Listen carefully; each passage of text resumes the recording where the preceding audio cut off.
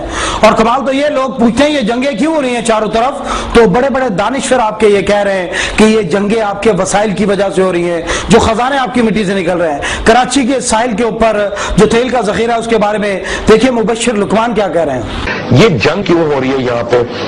Estimate کے مطابق دنیا کا سب سے بڑا تیل کا ذخیرہ جو ہے وہ کراچی کے ساحل کے اوپر ہے. تھر کی سرزمین کو دیکھیں, حیرت ہوتی ہے کہ تھر وہ علاقہ جہاں آپ پورے پاکستان سے پیسے جمع کر رہے تھے اور وہاں نلکے لگا رہے تھے, وہاں کنویں کھود رہے تھے کہ لوگ بھوک اور پیاس سے مر رہے ہیں. لوگ ہم سے پوچھ رہے تھے وہاں پانی نہیں ہے تو لوگ رہتے کیوں ہیں. ایسی سرزمین جو سب سے زیادہ عطاب کا شکار ہوئی تھی, ریت کے ٹیلے تھے وہاں پر, لیکن اللہ کی شان دیکھیں, اس دنیا کا سب سے بڑا ہائیڈرو کاربن کا جو ایک جگہ کے اوپر ذخیرہ ہے وہ آپ کے تھر کے اندر سے نکلا ہے, جو بیک وقت سعودین, ایرانین, عراقین اور کینیڈین آئل ریزروز کے برابر ہے. یہ اتنا بڑا ذخیرہ ہے کہ جو 2000 trillion cubic feet, 2000 trillion cubic feet gas کے برابر ہے, پورے ایشیا کو چلانے کے قابل ہے.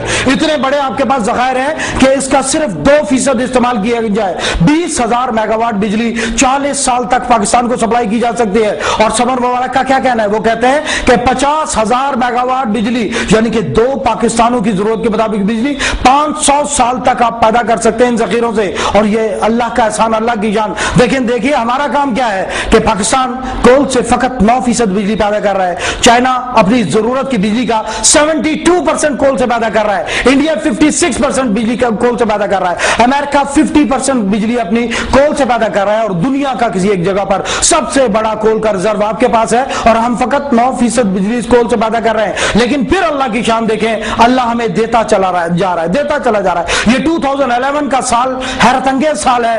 اس زمین, پاکستان کی زمین سے جگہ جگہ خزانے ابل رہے ہیں. یہ چاغی کی سرزمین کو دیکھیں, انسان حیران ہو جاتا ہے کہ وہ چاغی کی سرزمین جہاں آپ نے ایٹمی دھماکے کیے, وہ سرزمین جب آپ نے ایٹمی دھماکے کیے, پوری دنیا کے دانشور آپ کو روک رہے تھے ایٹمی دھماکے نہیں کرنا, آپ کے اوپر ناکہ بندیاں ہو جائیں گی, آپ کی اقتصادی ناکہ بندی ہو جائے گی, امریکہ امداد روک دے گا, UN پابندیاں لگا دے گی, اور ایسا خوفناک ماحول بنا کر پیش کیا گیا تھا, پوری قوم کو پریشان کیا جا رہا تھا. ہمارے اپنے دانشور یہ کہہ رہے تھے کہ یہ دھماکے نہ کریں, لیکن دیکھیں اللہ کی شان, اللہ کا حکم ہے. اللہ نے جبرائیل امین کو جو پیغام دے کر زمین پر اتارا, اللہ نے قرآن کے اندر کا واعد دو تیاری کرو.